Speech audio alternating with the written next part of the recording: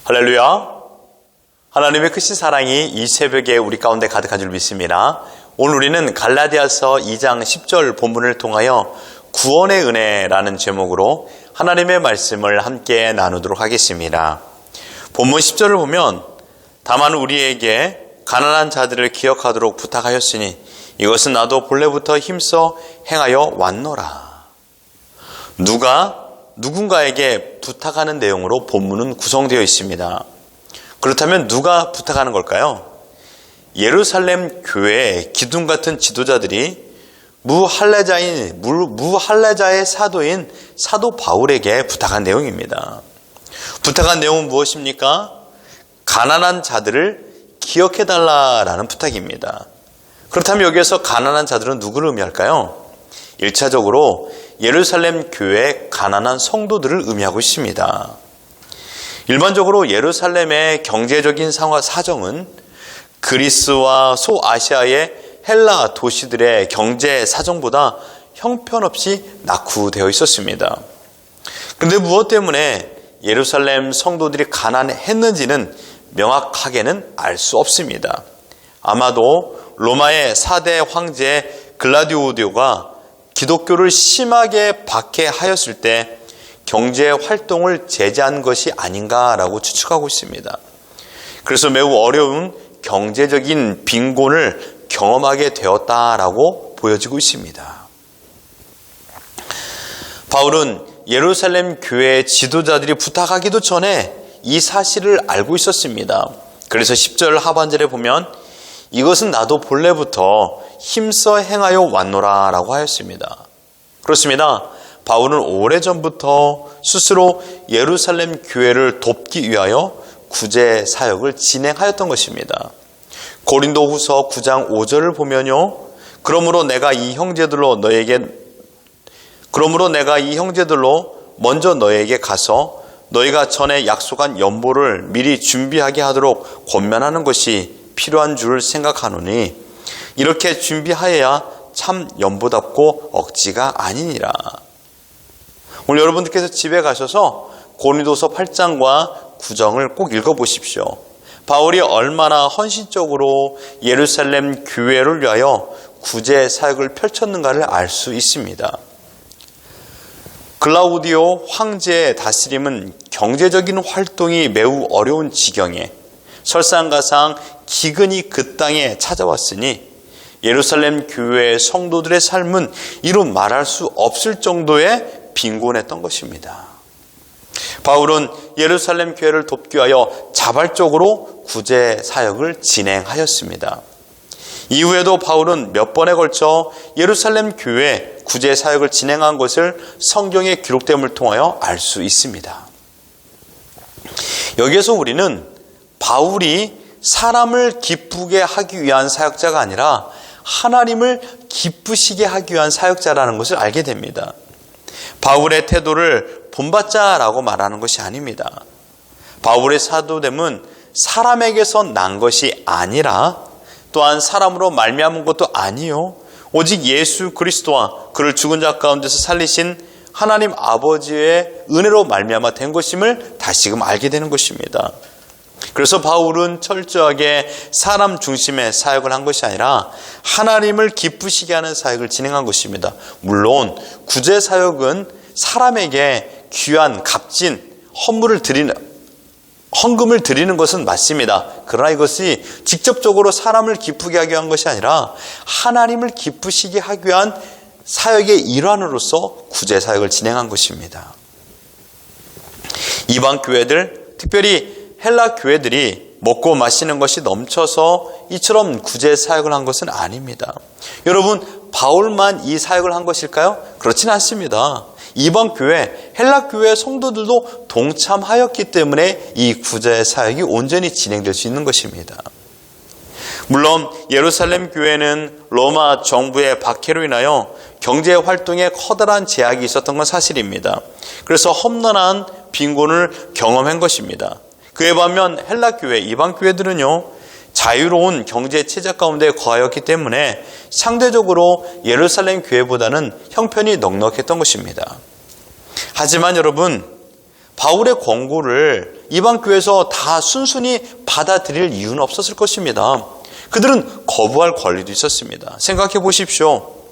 예루살렘 교회와 이방 헬라 교회들과 무슨 상관이 있습니까? 사실 말해서 헬라 교회들이 베드로와 야고보와 요한을 마주한 적이 있습니까? 혹은 이방 교회 성도들이 예루살렘 교회를 방문한다라든지 또한 그들과 긴밀한 연결이 된 것이 있습니까? 아무런 관련이 없다고 생각하며 구제 사역을 거부할 수도 있었습니다.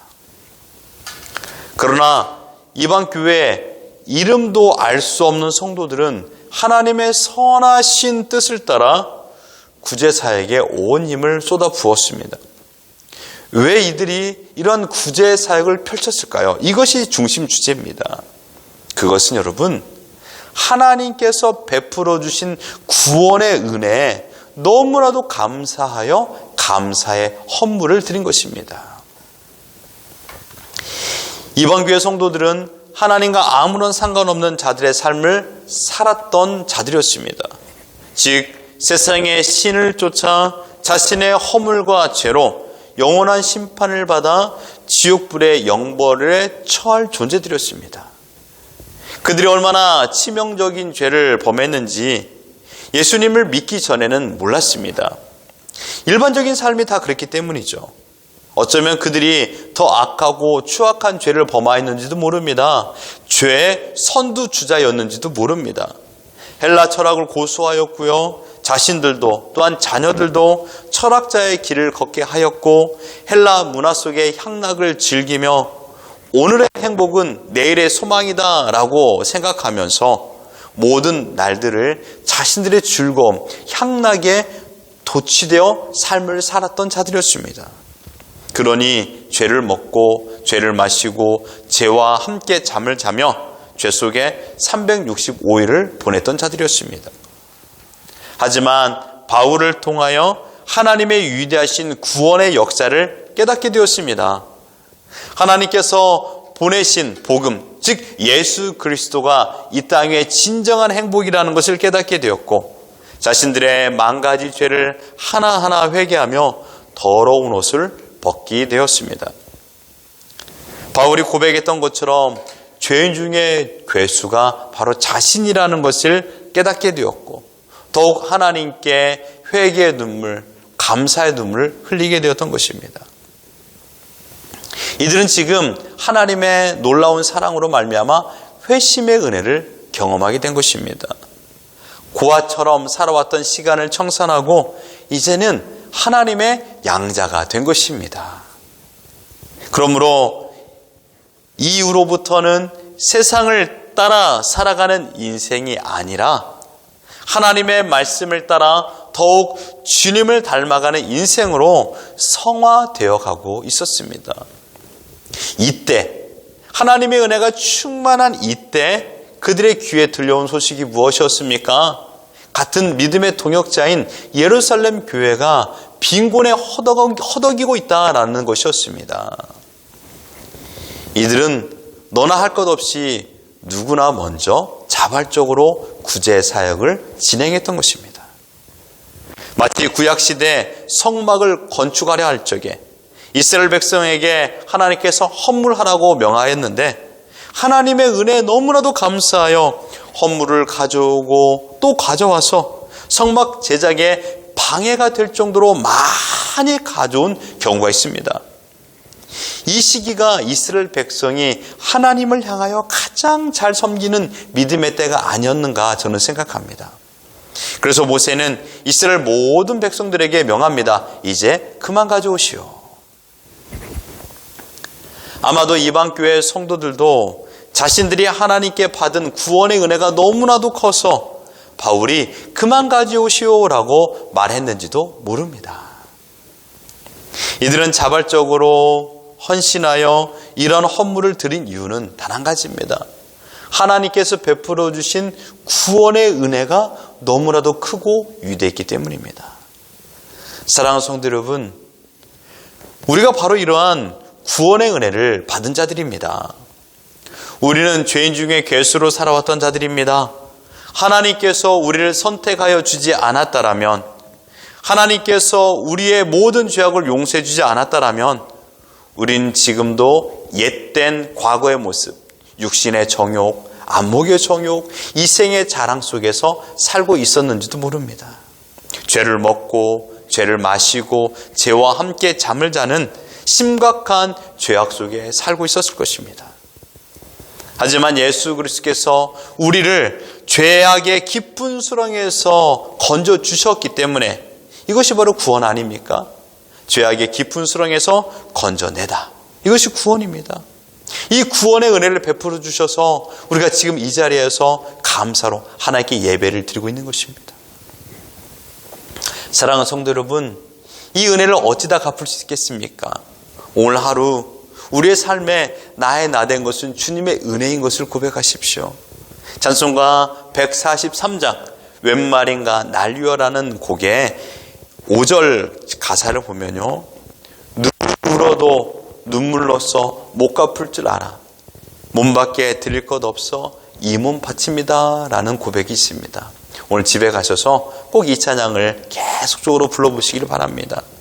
사랑하는 성도 여러분, 우리의 생명은 나의 것이 아닙니다. 하나님께서 허락하여 주셨기 때문에 생명차가 되었고 이 생명을 가지고 살고 있습니다.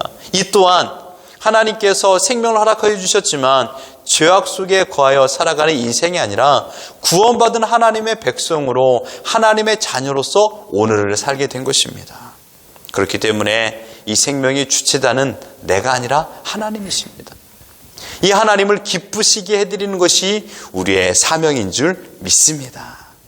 오늘 어제 말씀처럼 하나님의 말씀에 온전히 순종하며 그 안에서 참된 평안과 기쁨을 누리며 하나님을 영화롭게 해드리는 우리 모두가 되기를 예수 그리스도 이름으로 축원합니다.